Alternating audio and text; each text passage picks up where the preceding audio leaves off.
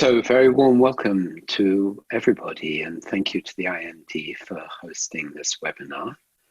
I'm Nicholas Janni, and I'm a consultant, and I work with senior leaders, chief executives, senior teams all around the world. I teach each year at the IMD 3 or 4 times. I've been doing so for the last 4 years. And Michael and I have been close colleagues and friends for over 10 years now, and we've had many very rich conversations. So I'm very much looking forward to being with you today, Michael. Me too, Nicholas. And hi, everybody. I'm Michael Watkins. I'm a professor of leadership and organizational change at IMD. I'm also the co-director of the Transition to Business Leadership program, which is the program that at IMD that Nicholas teaches in so wonderfully 3 times a year. And but beyond that, I've known Nicholas now, I hesitate to say it, Nicholas, for almost 15 years at this point. We originally started doing some work together when we were doing a quite big leadership development program at FedEx. And I had become aware of Nicholas's work, the power of that work. And really, I think I can safely say that Nicholas's work is the most transformational leadership development work that I've seen.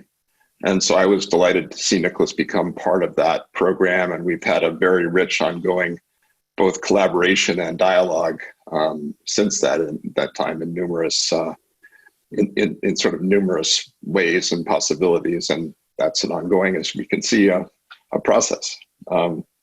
So Nicholas, I think, when we originally started working together and really up until maybe a year or so ago, the real focus of your work was on presence, right? Was on executive presence, but really on presence, the deeper presence that leaders need to be effective. But more recently, you've really focused more on this idea of healing, right? And you've put healing, so far as I can tell, very much at the core of the work that you're doing with leaders, and also the writing that you're doing. Can you tell us a little bit about sort of how that shift happened and why? So, I think there are different ways of looking at it, but one way for sure, I was just thinking about this before we started. You and I are both teachers, educators, and I think one of the joys of that is that we're also students. So, meaning that we're passionately devoted to study, to looking at the world, to looking at people. So, in that context, this has been a very natural evolution and a big step as well, in the sense that because my work is about inner development, and that shapes everything. It shapes the whole way we perceive the world.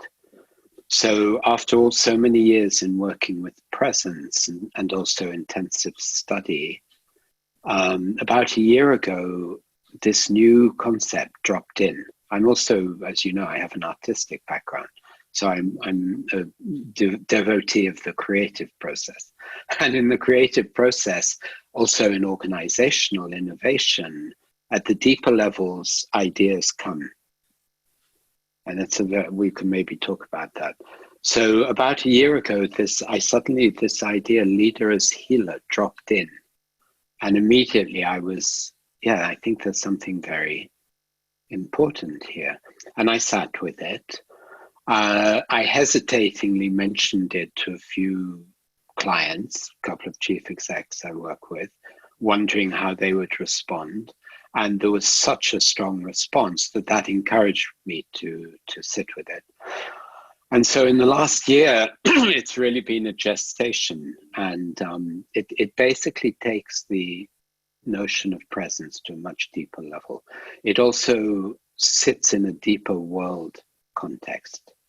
I have the impression of seeing the world with clearer perception now, seeing people with clearer perception and understanding that, I'll give one simple concept and then we can maybe unpack it, but we're in the middle of this huge and very challenging pandemic called COVID.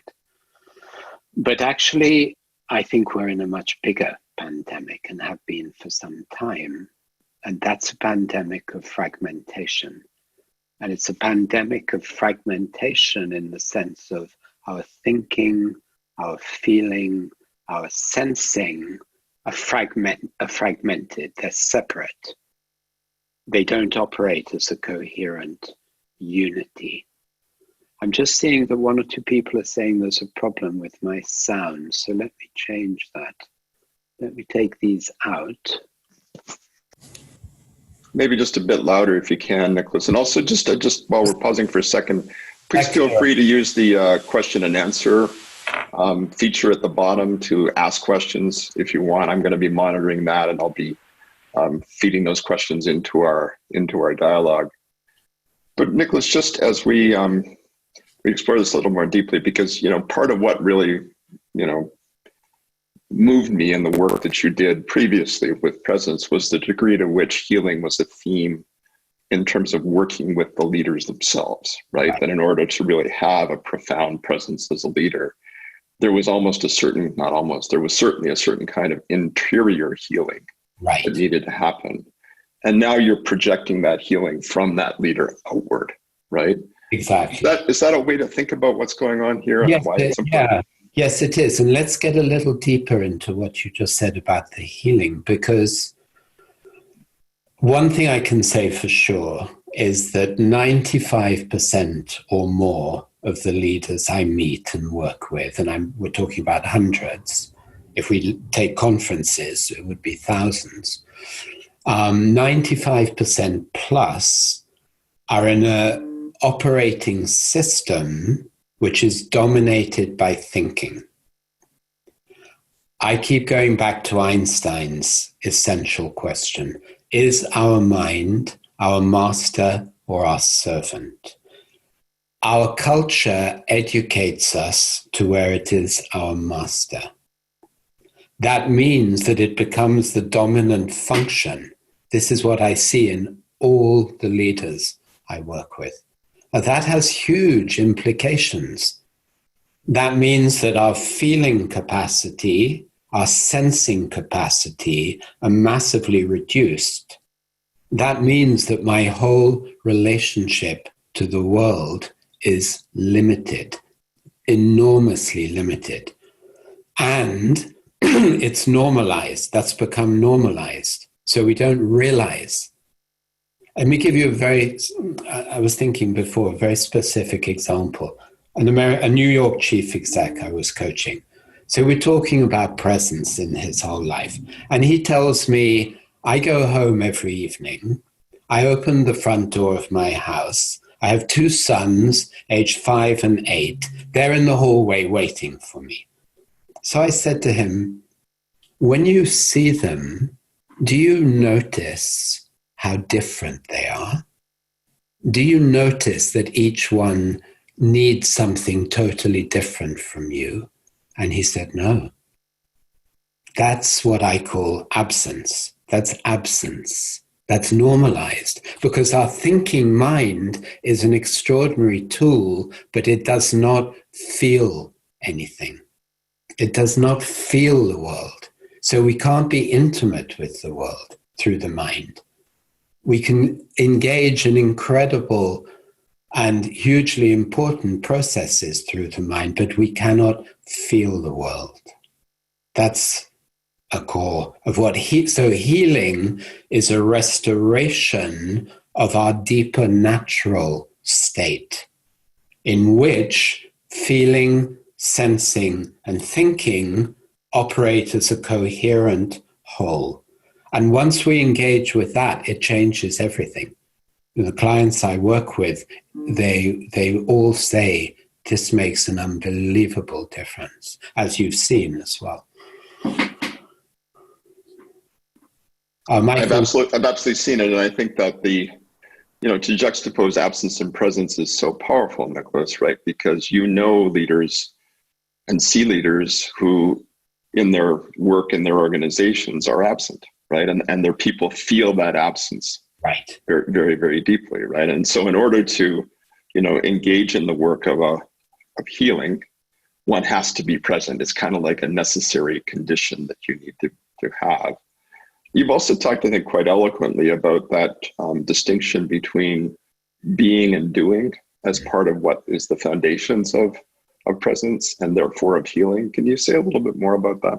Yes, you're right. That's an absolute foundation. I think I see when I work in groups, particularly, it's a very simple model that people relate to very, very easily. And you imagine a triangle, and at one lower corner you have doing, and at the other lower corner you have being. And those are like two core parts of the human being. One can take it bigger and say they're core parts of the universe, yin and yang. This has been an idea for thousands of years. But inside us, there are two modalities. So doing is much more left brain, rational, proactive, everything that needs doing. It's that kind of motion. Now you can see what I'm doing with my hand. It's analytical. It's problem solving. It's essential. Being is much more right brain. You see my whole tone changes. It's much more reflective. It's much more intuitive. It's much more resting in a kind of listening, a deeper receptivity. So when I present this model, and obviously there's more to say, and I say to a group, so how many of you would say that you're massively over-dominated by doing? Everyone puts their hand up. That's the culture we're in.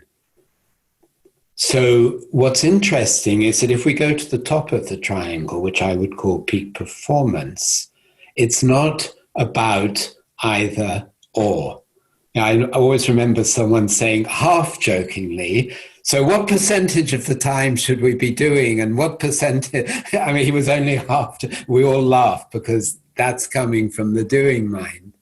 But actually what's really interesting, this is where we get into practice, that when we're operating in a much more coherent way, it's like we internally rest in a bowl of being. And all of our doing is like an arrow coming out of that bowl of being. And the doing can be very fast, but it's much more accurate, much more precise. And you'll hear my clients say, once this starts to deepen, we get much more done, much more precisely, with much less effort. That's a big, big.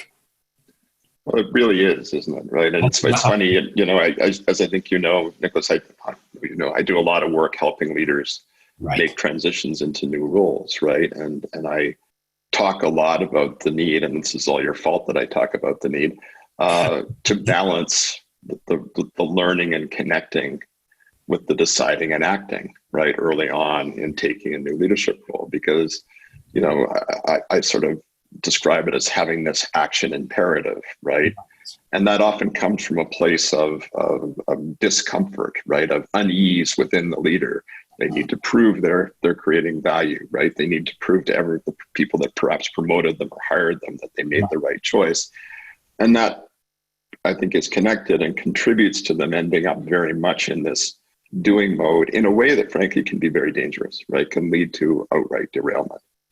So I think connecting that to, and of course, transitions into new roles are times of great stress, right? And I think when you're under stress, and if you want to comment on this, my sense is that you tend to get driven even more into the doing mode. Is that an accurate statement? I think you're absolutely right. I think we default, but as the saying goes, it's a kind of madness to do more of what you're already doing, thinking you'll get a different result.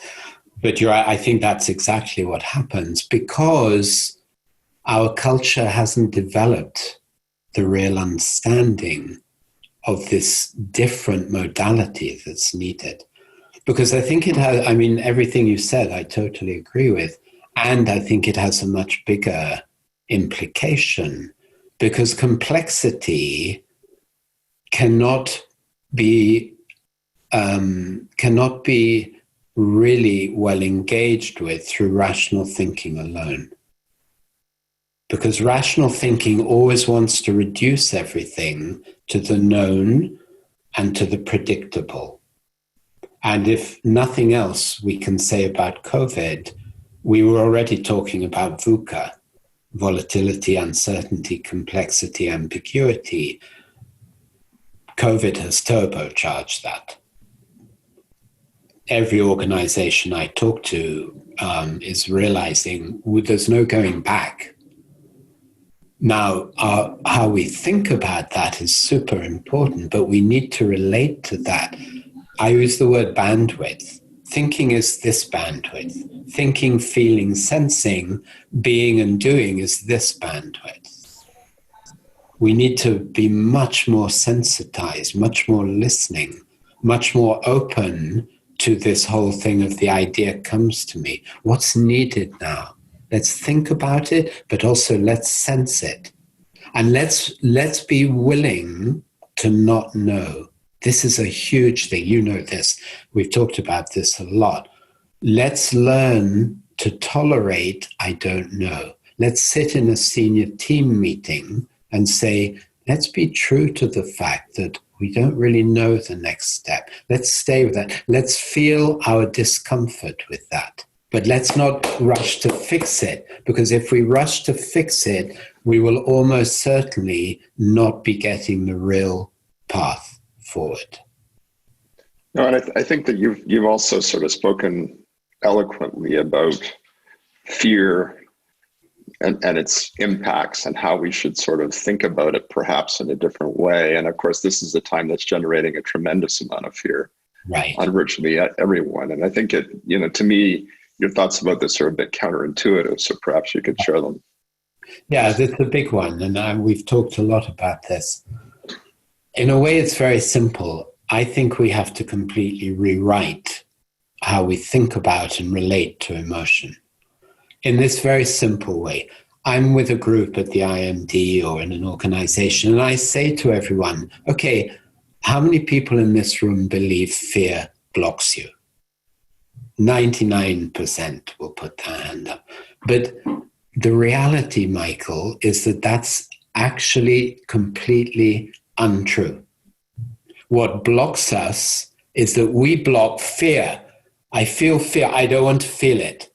How do I not feel it? I get more and more tense inside. Oh yeah, then I don't feel fear. And then I say to myself, fear blocks me. No, it doesn't. It really doesn't. Because when I work with people or when teams learn to be more open, when we can directly feel fear, when we feel safe enough, comfortable enough to say, I feel fear, I feel anxiety now. Let me just feel it. Don't try and fix it. Let me feel it. You know what happens? An enormous relaxation of the whole nervous system. Last time this happened, actually, I remember very clearly in a senior team in America, was at least the second, maybe the third morning, and people were sitting in small groups, and the topic was, talk about your fear. Every organization has challenges. So people were talking about their fear openly, finally. And when we came back together, what was striking was how many of the small groups said, first of all, we got so much more connected, but more importantly, even a whole flood of new ideas came in. And that's interesting. So I'm here fighting fear. I'm trying to solve complexity like that. No, it doesn't work. It doesn't work. We have to rewrite the whole map of emotion. And we need leaders. This is a big part of leader as healer. He or she has done enough inner work to be comfortable enough with their emotions that when they're in a team meeting and the atmosphere is full of anxiety, they can say, just a moment. Let's talk for 5 minutes about how we're feeling. No big drama. We're not going to do psychotherapy. We're just going to say, how are we feeling? Everything will change once a leader can do that. And I've really seen it happen, Nicholas, in real time with leaders that we both work with, right? Where their relationship to their team is really profoundly altered, and they're able to become, I think, what is sometimes called a secure base for their team, right? A place of safety, right? As the team right. needs it, right? And I think it's not complexity that's the problem here. It's ambiguity and uncertainty, and our great difficulty in dealing with those two realities, which are completely present at the moment, right? And so the work of the leader as healer, in part, is helping people navigate, I think, through these times of complexity and uncertainty, even as there's a bigger kind of agenda here of reforming the system, reforming the way that we sort of think about things. I was reading an article yesterday that my wife gave me. It was absolutely fascinating, about surge capacity in people, right? The basic, what the author was saying, psychologist, was we all have this capacity to surge when under threat, right? We activate, we do things. A lot of it is that doing piece. We suppress our fears, right? We push it down. We go to the rational, right? We go to the action. We go to that polarity very much. But there are limits to our surge capacity. And when we hit those limits, we're both exhausted and feel hopeless. And many people are at that point right now, I think, right? And that was part of why the article just had such resonance to me, right? And so it seems to me like, in part, this is about helping people orient themselves to these situations in ways that don't drive them into depleting the surge capacity, but also a more fundamental reorientation to what's fundamentally going on. Absolutely. Am I connecting with what you're saying? It's very powerful how you speak it. I would say that the core of this work is an inner relocation.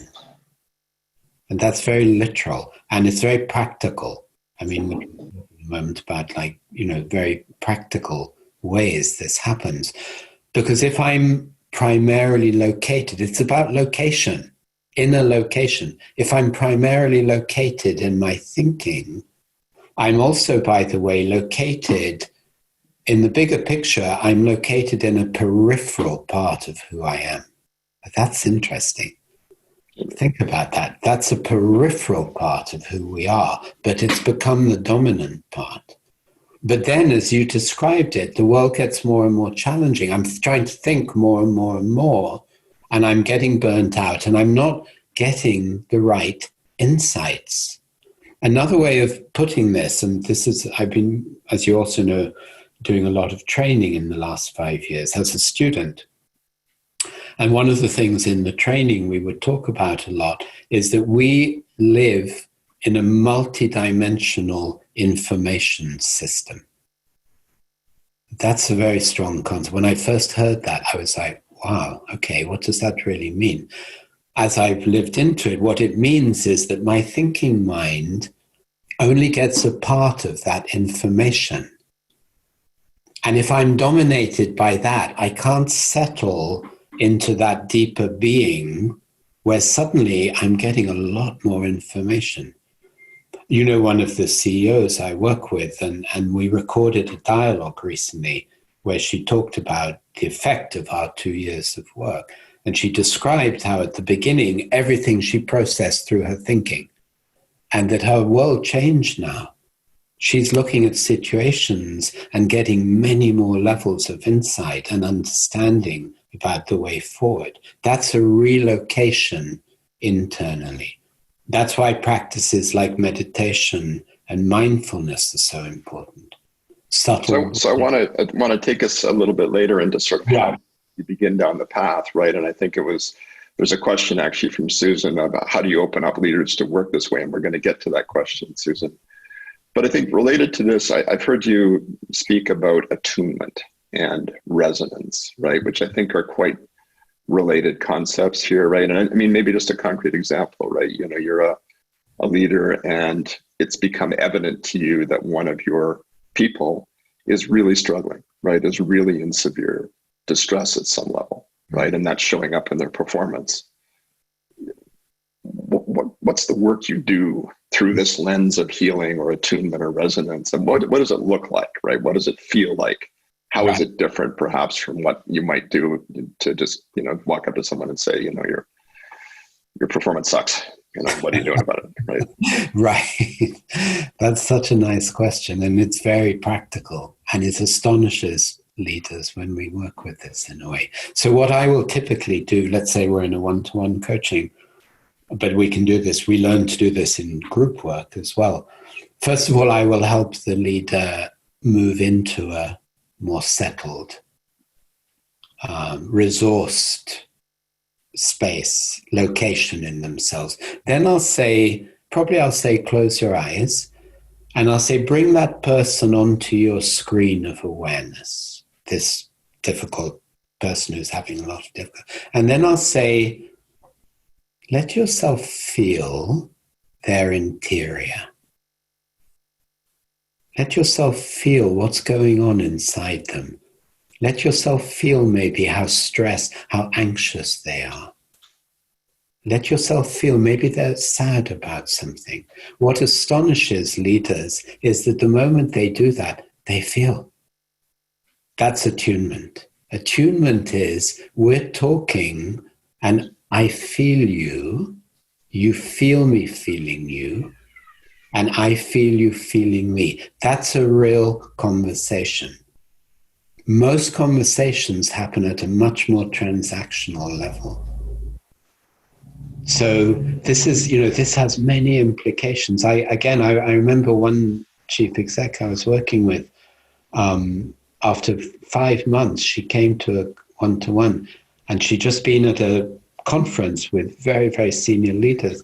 And she said, Nicholas, for the first time in my life, I saw that people spoke and no one really listened. It was like a huge revelation. But that's normalized. That's what we live in.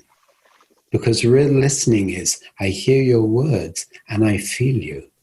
But I cannot do that if I'm just in my thinking. My thinking does not feel you. It's a fundamental point.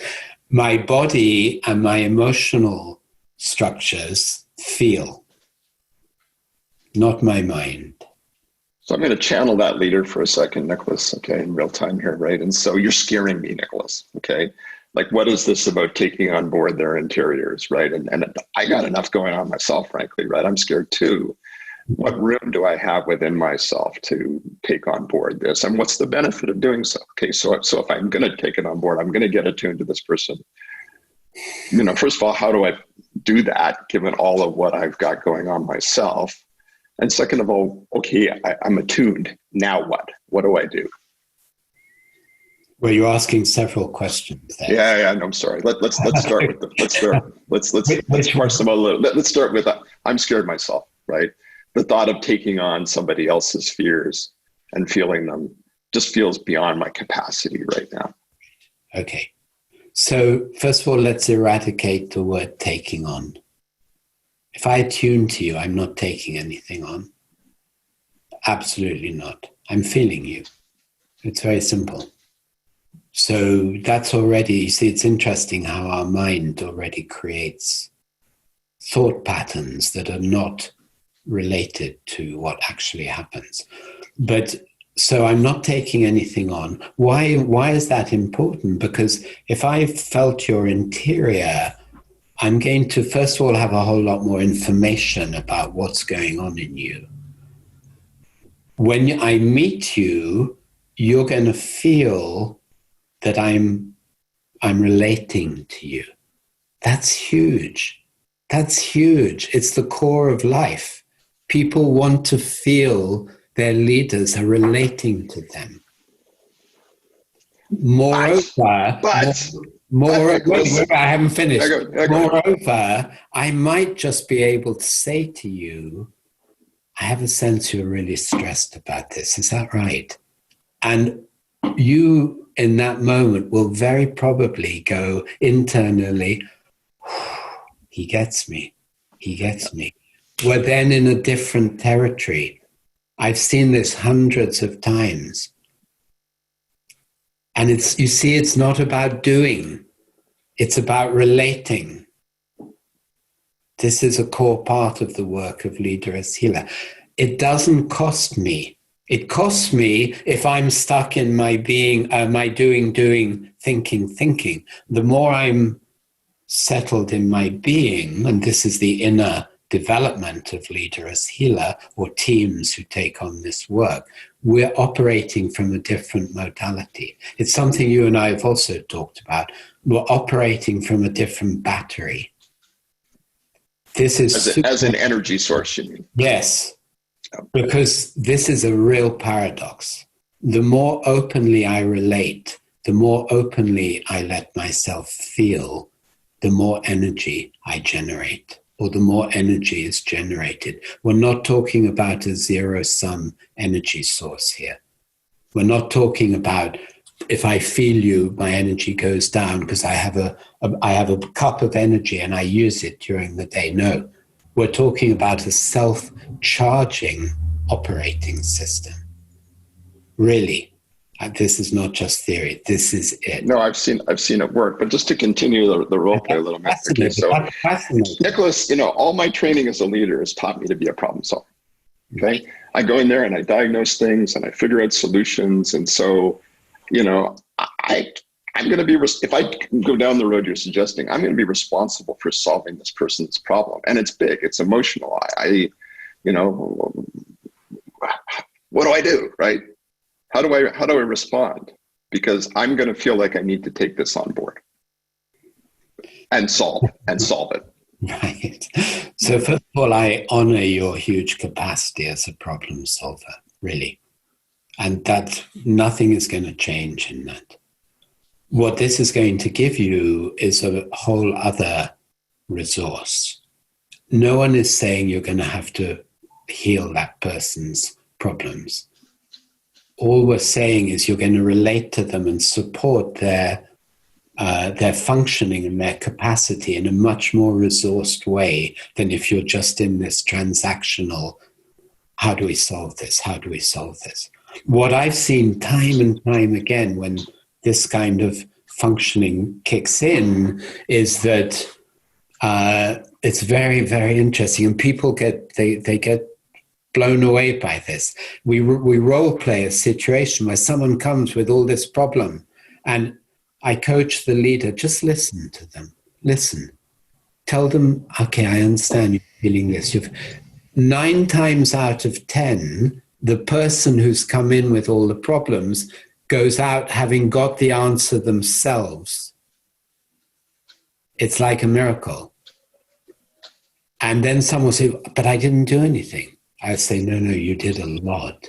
You related and you listened. This is a different operating system. It's a different operating system, and it's a different sense of what you do to create value as a leader, right? At a very fundamental level. So, okay, let's keep going a little bit further. So I get it, okay?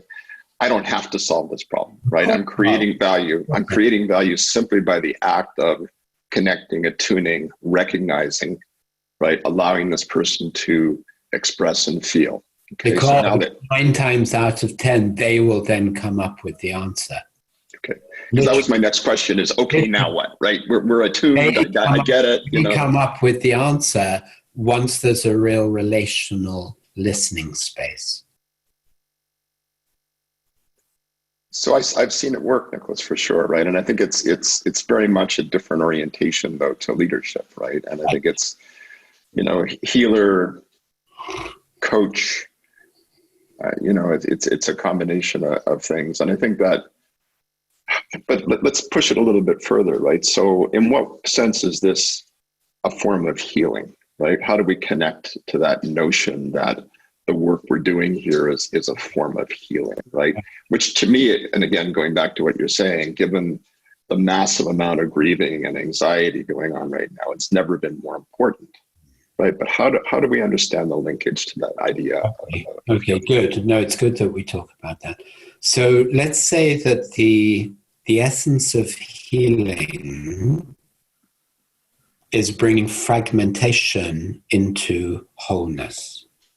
That's a core definition of healing. That it takes things that are broken. This has big mythical implication, but we don't need to go into that.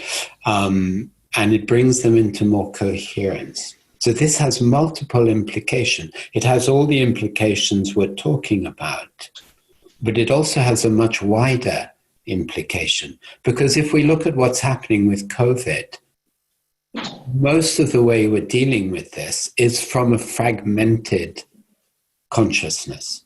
It's like that kids game where something pops up, we push it down. Oh, something popped up there. That's literally how it is at the moment. There is I don't have any sense that there is a deeper digestion of what is really happening. Because when operating, as I've said now already enough probably, we're operating from this dominantly rational, fixing, problem solving. So I think it's really urgent in a bigger picture as well. We're not, even let's say we've forgotten almost about the climate emergency. It's interesting, but that's even bigger than COVID. Even as California burns, right? Yeah. And the Texas coast is inundated exactly. In the midst of all this. Yeah. No, for sure. And here's a suggestion, Nicholas, is I think we're getting a lot of really good questions, and I think we should turn to focusing on some of them. And a few of them have really been about, okay, does this mean we need to go spiritual, right? Does this mean, is this woo-woo, the term that you sometimes use, right? I mean, and of course, as soon as you're into the spiritual territory, you're then potentially into religion and belief systems, and it becomes a very tricky conversation, right? So how do you sort of see the relationship between this and the spiritual? I don't like using the word spiritual for exactly the reason you said. We're not talking about belief systems here. We're talking about consciousness. And for instance, one of the great things that's happening now is the marriage between neuroscience and practices that have been around 3,000 years, meditation. So we are understanding consciousness in a very sophisticated way now. This is not woo-woo. This is very pragmatic. When someone meditates, we can measure what's happening in their brain. It's very objective. It's very pragmatic. This is really important. This is hard science. So when I sit with a group and we do a meditation practice, first of all, everyone feels, wow, I really feel a difference. I feel it. I can see in their bodies what a relaxation there is. Then we would add in, by the way, do you realize that your brain frequency changed from this range to this range? Okay, we're not in woo-woo land here. We're in very, very objective. This is really important. I agree. There's nothing woo-woo. It so happens that I've been a deep student of spiritual paths for many years, but one of my missions, and I hope one of my gifts, is that I bring that right into the practical. I never talk about the word spiritual. It's not a helpful word. Well, and I think that's correct, right? And to me, your work is much more about integration. Right. Coming, from a place of being whole as a person, right? And honoring our, heritage, right? Of being emotional and rational creatures, right? And not separating the two. And there's certainly nothing woo-woo about that. And the more work that's done on neuroscience, the more that we realize those things really are inseparable, or the separation creates enormous problems, right? And so to me, part of the healing work you do is that interior work of connecting the rational and the emotional, right? And I agree with you. There's nothing woo-woo about that. There's an interesting question here. I'm not quite sure how to read it, but I'm gonna give it to you anyway. Right. I'm going to tell you what I think it means, and see if we can work with it a bit. Are the leaders you work with insecure? I think if I'm reading that question correctly, it's only insecure leaders need this, maybe, or because if you're secure, you don't. That's one interpretation. Another interpretation would be, do you ever meet leaders who don't have some level of insecurity? But just reaction to that question, Nicholas, I think it's an interesting question. That's great. I love it. So here's my answer. I have never met a single human being who does not have some layers of insecurity inside them. And someone who says they don't, I'm almost sure they're just in denial. And meeting and integrating our insecurity has nothing to do with weakness. It makes us much stronger. makes us much stronger. Show me a leader who says, I never feel insecure or frightened. I would never trust that leader. I would never trust that leader. Well, there was a related question about, can you really go in front of your team as a leader and say, I don't know, right? That's a great question. Yeah. Yeah, I mean, the answer is in many cultures, that's very difficult. And I believe that is urgently needs changing. And leaders who do have what you call a secure base absolutely can do that. And absolutely can manifest, show up with what I call robust vulnerability, meaning I will tell you, I'm not sleeping at night. This is really worrying me.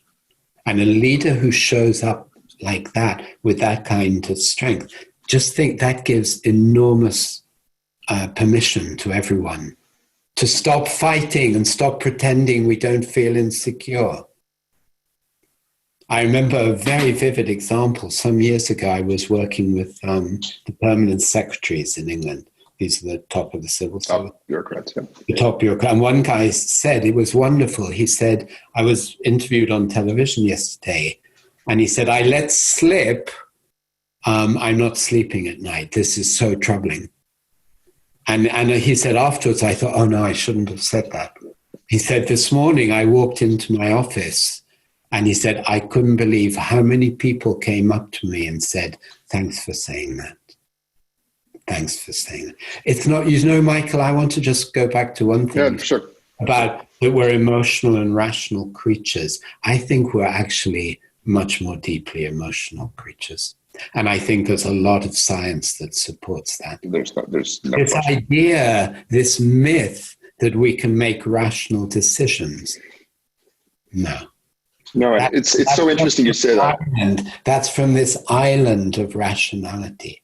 I know, right? And it's so interesting, right? If you go back to the research like this was done historically in economics, right? The rational man and so on. Exactly. That then sort of devolved into research about what were known as cognitive biases, right? Which is kind of the imperfections that prevent us from being good decision makers, right? As if that's all wrong, right? As opposed to the enormous power of our intuition. And the judgment that comes from experience and so on. And so it was a very damaging construct, right? I think that got set up. And let's look politically. There's a brilliant book called The Political Brain. Brilliant. One experiment research, they wired people up and they showed each person their favorite politician, someone they had an emotional rapport with.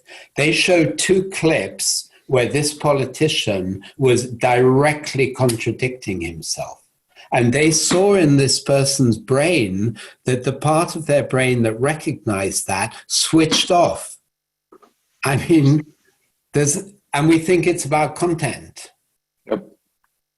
No, it's so true. There's a related question here, Nicholas, to the one about insecurity, right? So Nicholas, the word healing sounds like your counterpart or the person you're working with is a victim. Isn't this a destructive way of approaching it, right? So that they're juxtaposing healing with victim. No. Reaction to that? No. We're in look, every single one of us, okay, we need to go to a slightly bigger picture here. Every single one of us is if we're really interested in development and being the highest possibility we can be, every single one of us is in a lifelong journey of restoration. Because inevitably, in our development, we started to adapt to our environment. We lost a part of ourselves. We put parts of ourselves away because they were too much, whether it's extreme trauma or very mild family events. Every single person became fragmented. That's the nature. It's not wrong. It's not about being a victim. So in the bigger picture, all of us are in a journey of restoration, of reintegrating the parts of us we put away. Those include the hurt, scarred parts, but they also include our higher functions. Our higher functions, Michael. You know, cultures for 5,000 years have researched the higher levels of consciousness. This is not spiritual. This is practical research that's been done. This is now becoming mainstream. Absolutely. Mindfulness is used in prisons, hospitals, schools with unbelievable results. Inner city schools with high levels of violence. They bring in mindfulness. Astonishing results. You can find this immediately on Google.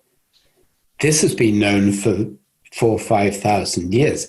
It's becoming mainstream now, which is one of the more encouraging things that's happening. It is, and it's fascinating, right? And so I think there's been a couple of questions here, which I think are interesting ones too, about sort of how do you start to go down this path? How do you open yourself and others to this way of thinking, right? What's the path forward with this?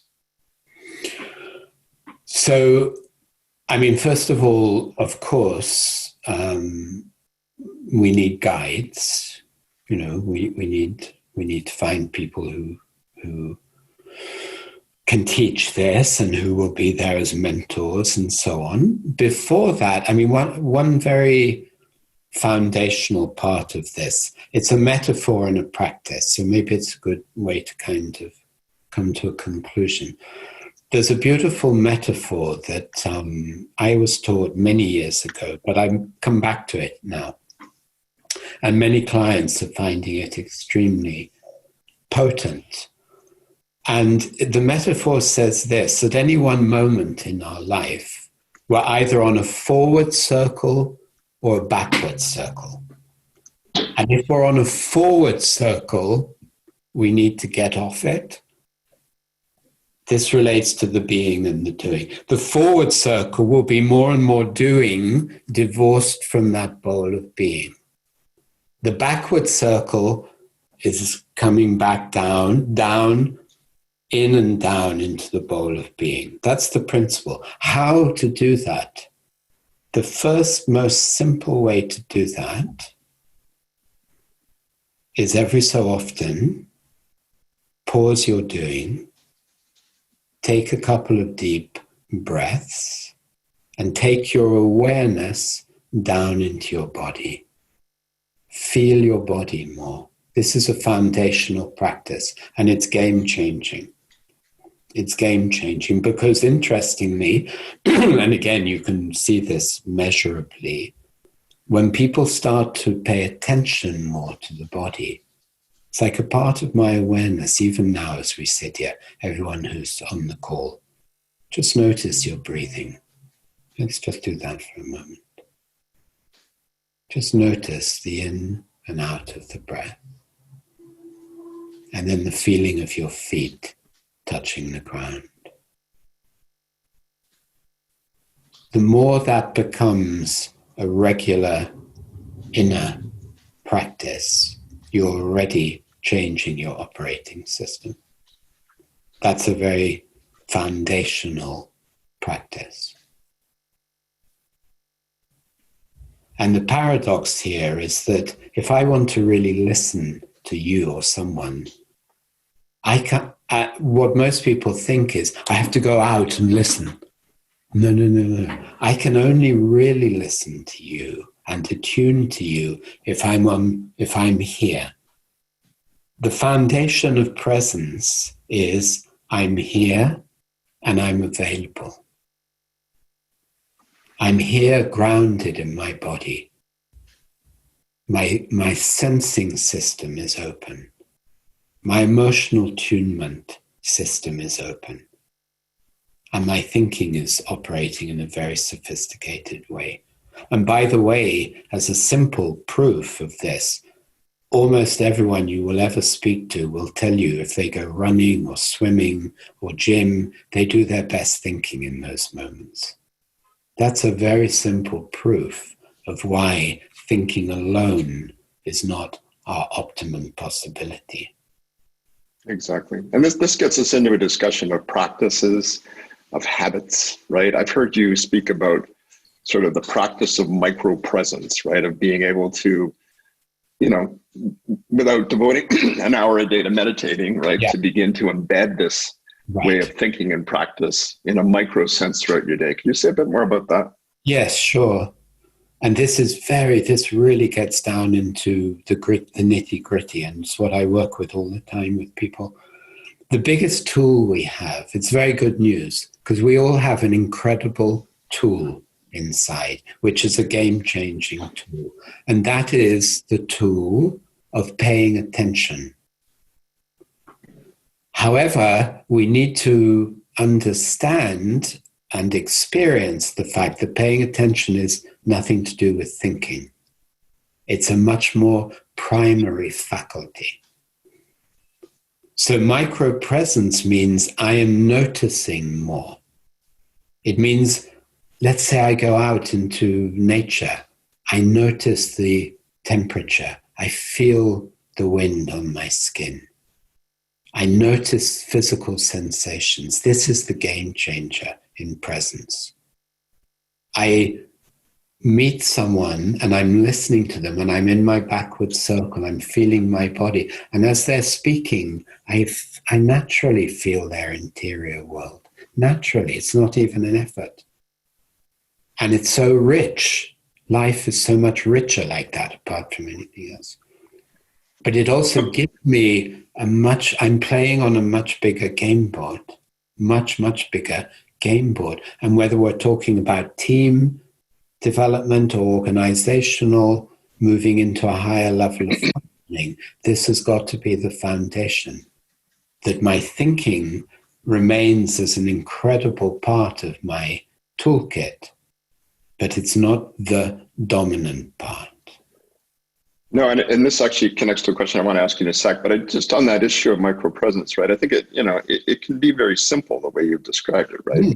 As you walk into a meeting or before you turn on your Zoom, take a deep breath, right? Absolutely. And each time your mobile rings before you answer it, take a breath. Right? I'm working with senior leaders who are spending 10 hours a day on Zoom. Stop between meetings. And I was working with someone last week and he said, I've started to do that, Nicholas. It makes such a difference. Of course it does. Otherwise we get into like zombie state, particularly on Zoom. Yep. Another client said, I'm 12 hours a day on Zoom and then I go and have dinner with my husband and he's complaining I'm not present. Of course he's complaining because you became a zombie. It's funny you say that because I've taken to scheduling my meetings for 45 minutes or 50 minutes. So I get a little break between each one because I just can't absorb it, really otherwise. But since we're on the topic of virtual, right, there was a nice question about, okay, this work of listening, being attuned, working with that, very deep and important set of qualities. How does that translate into working virtually? Doesn't it set up a big barrier basically to making that happen? My answer to that is it makes no difference whatsoever. No difference whatsoever. That what I'm talking about the restoring of our whole operating system. It's like bringing all our parts online. It makes no difference whether I'm physically with you or whether we're relating like this. Makes no difference at all. It's been exactly my experience too, Nicholas. I teach first 90 days, leaders taking new roles, fully virtual program now at IMD 4 times a year, right? For people who are taking new roles. We do group coaching sessions with, trained coaches, groups of 4 or 5. Consistently, they've been able to achieve a level of connection and discussion that's deeper than what we see in the in-person stuff because they're fully there in this moment, right? And so I don't see barriers here at all. In a way, I'm fortunate because already before COVID, for 3 years, I've been running training online. And I love it. You have people from all over the world and we go into quiet together and you feel this presence. Absolutely. And it's very powerful. Yeah. No, 100%. So just to kind of begin to wrap us up here as we're coming to the top of the hour, there's been a couple of questions that are kind of the nature of, is it necessary for me to shift to being 100% leader as healer?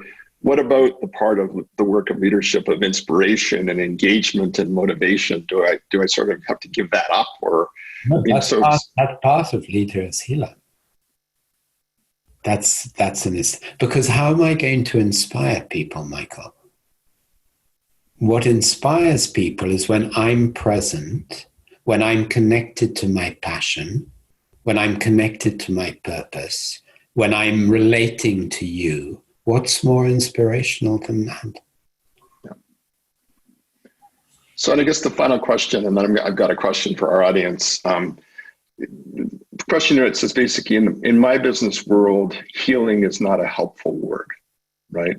So there's some connotation basically to that notion of healing. I don't think you need to go out and describe yourself as a healer, as a leader, right? But just reaction to that statement.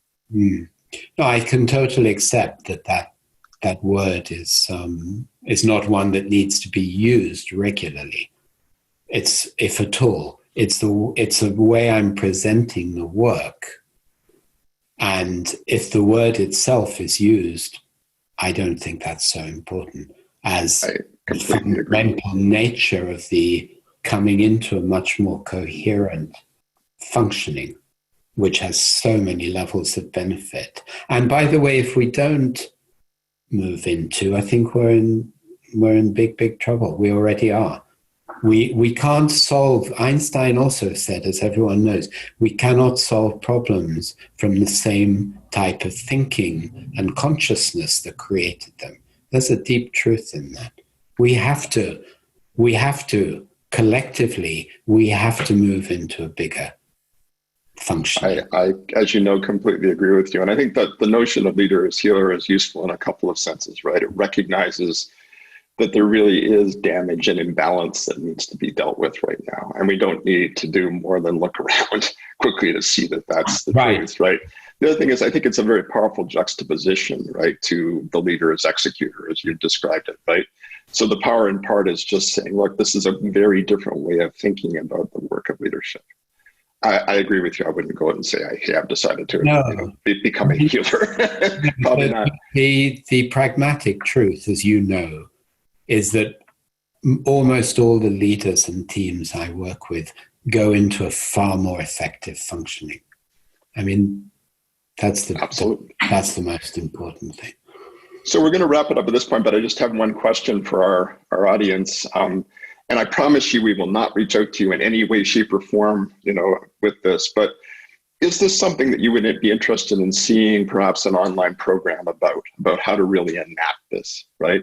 And just put in yes or no, right? And as I said, there'll be no outreach around this. We won't contact you. We just want to get a sense of whether there'd be interest out there in having something done that's deeper, right? That gets into, okay, how do I do this? How do I become this? And so, just for those of you that feel like you're interested, just a quick yes.